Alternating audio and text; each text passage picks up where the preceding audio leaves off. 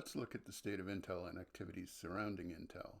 Intel's stock is up following a steep decline. It's made up some ground, but you can't say it's recovered completely.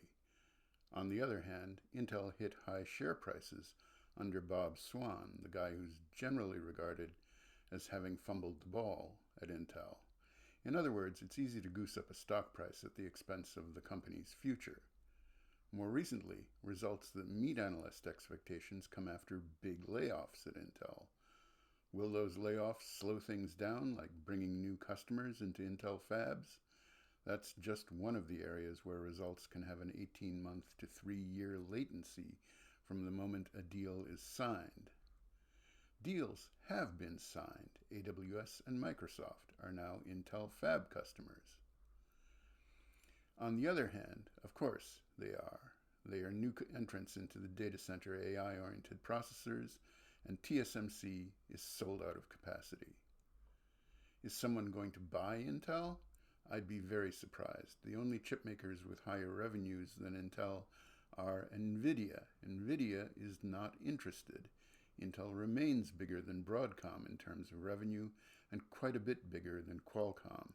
So anyone buying Intel would be buying one part of Intel or the other, and those parts are what we can call product on the one hand, that is CPU chips, and manufacturing on the other hand, which, like Samsung, serves both in-house and third-party customers.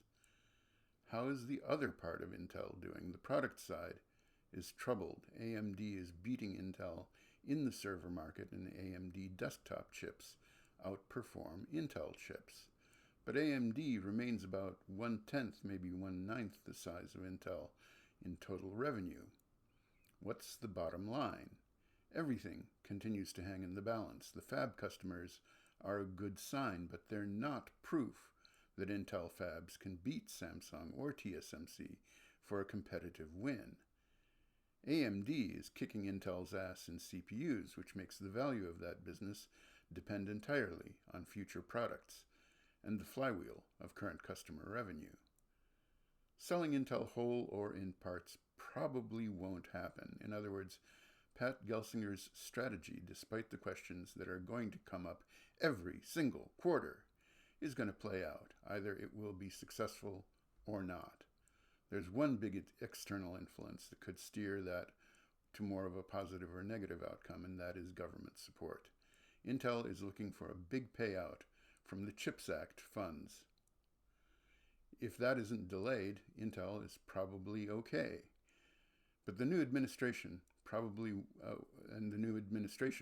won't be decisive. But it will have an effect eventually.